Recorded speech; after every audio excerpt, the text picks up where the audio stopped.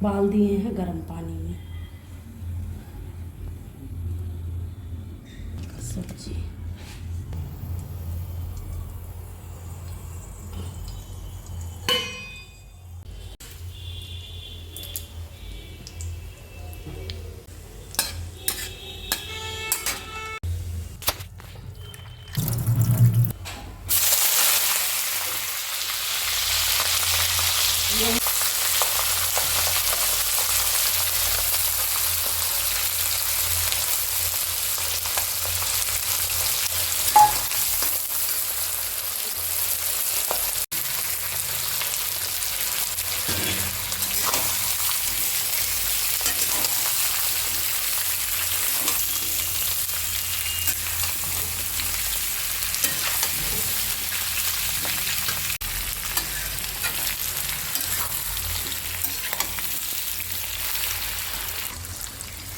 ये लाल हो गया, अब इसमें मसाला डालेंगे।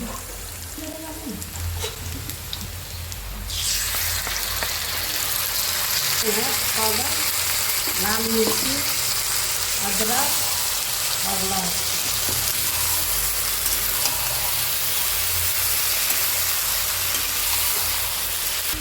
अच्छा लगे इसमें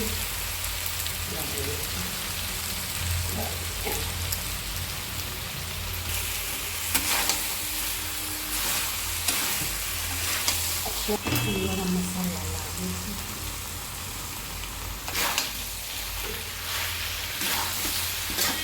मसाला भून जाएगा, इसके ऊपर से प्याज डालेंगे तो ये पानी छूटेगा।